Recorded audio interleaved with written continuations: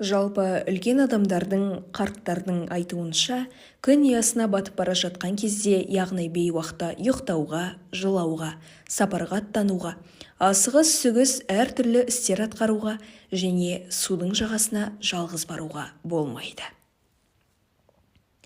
Бейуақ күн қызарып батып, қараңғы түн әлі түсе қоймаған өлі ара шақ. Оны басқаша күн мен түн таласқан шақ. Екі кештің арасы апақ-сапақ, қызыл іңір, ымырт деп те атайды. Бұл мезгілде жын сайтандар көшеді, жүреді мыс. Мәселен, олар ұйықтап жатқан кісіні түртіп кетуі мүмкін. Соның кесірінен ол адам айықпас дертке шалдығуы, немесе мүлдем оянбай қалуы, яғни бақилық болуы әбден ықтимал дейді.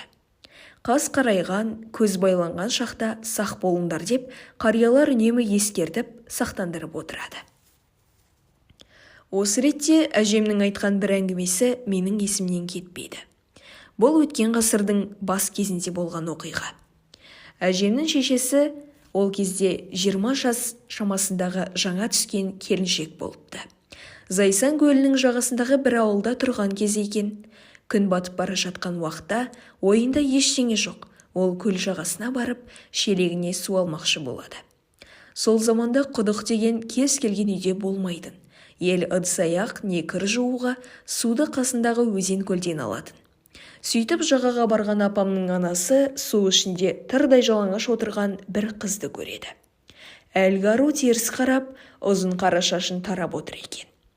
Ауылдың бір тұрғыны шығар деп мән бермеген ол, шелегімен су алғалы жатқанда жаңағы қыз су ішіне сүңгіп жоқ болып кетеді.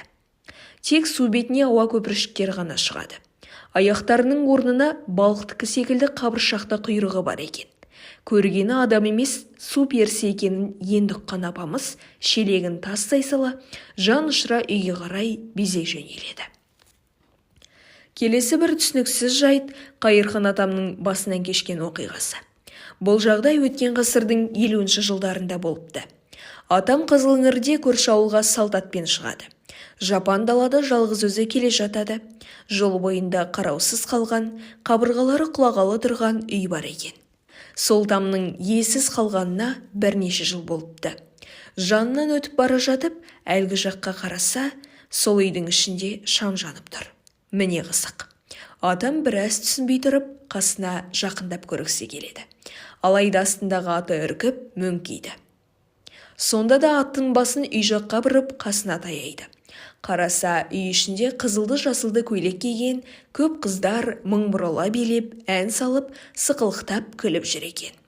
Өз көзімен осындайды ен далада көрген Қайырхан атамыз, бұның жын-шайтанның ісі екенін сол кезде ғана сезіп, астындағы атын қамшылай шауып, әлгі маңнан қаша жөнеліпті. Әжемнің айтуынша, бұрынғы адамдар мұндай тылсым жайттарға, ақылға қонбайтын түсініксіз оқиғаларға жиі куә болған екен. Иә, тылсымға біреу сенсе, енді біреу елемейді.